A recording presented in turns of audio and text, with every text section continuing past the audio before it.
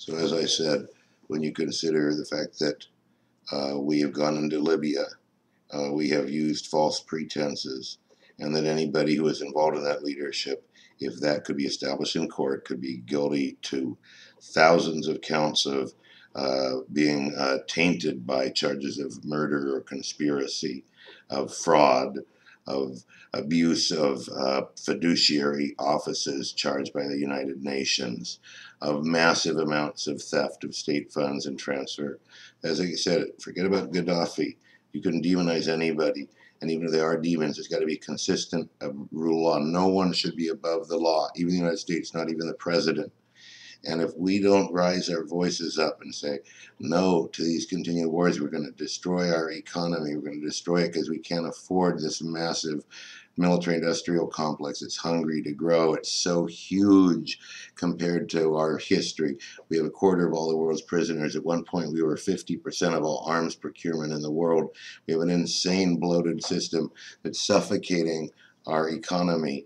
And by doing this, we're just exacerbating tensions. And what we have to get straight about is Israel. We got to cut Israel off. We've got to get them on their own. They've got to stand on their own feet, make their deal with the Palestinians while we're still around. And then we have got to stop being seen as joined at the hip with Israel, because Israel will continue to basically never say a good word about any Arab and blame them for everything. I'd like to see a meeting where the Palestinian leaders and the Israeli leaders all have to just talk about their own shortcomings. They can never say anything bad about the other guy, and the Israelis should say, oh, we shouldn't have humiliated them at the border crossings every day. And the Palestinians should say, oh, we shouldn't have killed so many of them out of anger. We should have found another way. You know, it would be funny, because as long as they can just yell at each other, nothing will happen. So, you know, I love Judaism. I've studied the Torah. I've studied the Sefer Yetzirah. But I don't consider this about Judaism at all. It's about a country. It's called Israel. It's not a holy government. They're not holy soldiers. They're human beings, and they're making mistakes. And those mistakes are destroying our country as well.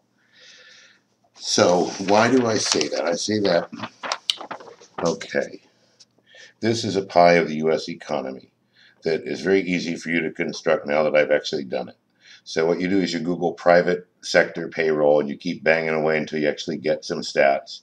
3.6 trillion out of 14.2 trillion economy projected this year, although it'll probably be smaller than that because of what's going on with the debt crisis and the downgrades and the deflation, the debasement of the currency, or the printing of money.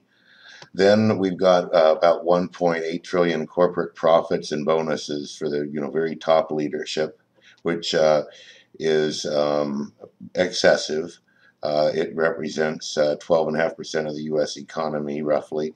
Then we have got government health care and private health care, which represent 2.7 trillion of the economy, nearly about a fifth of the economy, about 17 to 20% of the economy, actually, yes. And that really should be brought down to about 1.5 trillion through better, sensible methods, such as, in my opinion, we have to have more investment in businesses locally and not depend so much on the federal government and the big corporations, but to spend a little bit more money and get things that are made locally, and banks that are local. And you'll see why if you follow the money. But this private healthcare, we should be able to bring it down to 1.5. Defense and criminal justice, 2.2 trillion. Oh, I mentioned that, didn't I? Oh,